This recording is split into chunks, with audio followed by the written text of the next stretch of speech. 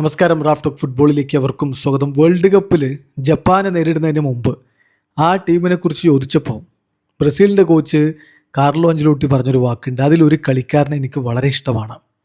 അത് മറ്റാരുമല്ല, അവരുടെ ഗോൾ കീപ്പറായിട്ടുള്ള സിയോൺ സുസൂക്കിയാണ് എന്ന് അഞ്ചലോട്ടി പറഞ്ഞത്. അതിൻ്റെ കാരണം കൂടി അഞ്ചലോട്ടി പറഞ്ഞിരുന്നു.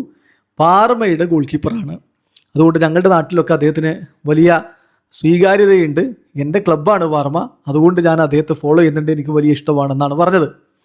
അപ്പോൾ അഞ്ചലോട്ടി അവിടെ നിന്നുള്ള ആളാണ്, ഇറ്റലിക്കാരനാണ്, പാർമയുടെ വലിയ കട്ട ഫാനൊക്കെയാണ്. അപ്പോൾ അതുകൊണ്ട് തന്നെ അദ്ദേഹത്തിൻ്റെ ക്ലബിൻ്റെ കോച്ച് എന്ന രൂപത്തിലാണ്, ഗോൾ കീപ്പർ എന്ന രൂപത്തിലാണ് കോച്ച് സുസൂക്കിയെ ഫോളോ ചെയ്തുകൊണ്ടിരുന്നത്. അദ്ദേഹത്തിന് വളരെ ഇഷ്ടമുള്ള ഗോൾ കീപ്പറാണ്. ഇപ്പോൾ 23-കാരനായിട്ടുള്ള സിയോൺ സുസൂക്കിയെ സ്വന്തമാക്കാൻ PSG ഓഫർ കൊടുത്തു.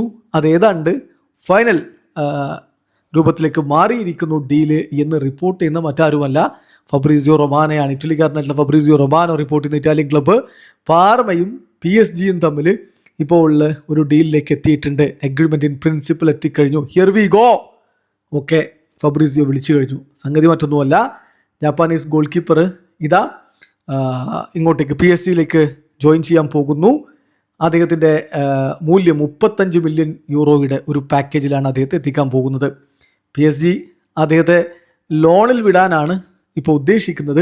യുവൻറ്റസ് താരത്തിനായിട്ട് രംഗത്തുണ്ട് ആ കാര്യത്തിൽ. അതായത് PSG പാർമയിൽ നിന്ന് സുസൂക്കിയെ സ്വന്തമാക്കുന്നു. ഇമ്മീഡിയറ്റ്ലി അദ്ദേഹത്തെ യുവൻറ്റസിലേക്ക് ലോണിൽ വിടാനാണ് പ്ലാൻ. അല്ലെങ്കിൽ പിന്നെ ഇപ്പം PSG-യിൽ ഫസ്റ്റ് ഗോൾ കീപ്പർ എന്ന സ്ഥാനത്തേക്ക് അദ്ദേഹത്തെ പരിഗണിക്കുന്നില്ലല്ലോ. അപ്പോൾ അതുകൊണ്ട് വെറുതെ ബെഞ്ചിലിരിക്കേണ്ടി വരും. അത് ഒഴിവാക്കാൻ വേണ്ടി പ്ലെയിൻ ടൈം കൊടുക്കുക എന്ന ഉദ്ദേശത്തിൽ തന്നെ താരത്തെ ലോണിൽ വിടും. എന്തായാലും ഭാവിയിലേക്കുള്ളൊരു ഇൻവെസ്റ്റ്മെൻ്റ് ആയിട്ട് ഇതാ PSG സിയോൺ സുസൂക്കിയെ സ്വന്തമാക്കുന്നു. വീഡിയോ അവസാനിക്കുന്നു. ഫുട്ബോൾ ലോകത്തെ കൂടുതൽ വിശേഷങ്ങളുമായി റാഫ് ടോക്സിൽ എത്താം.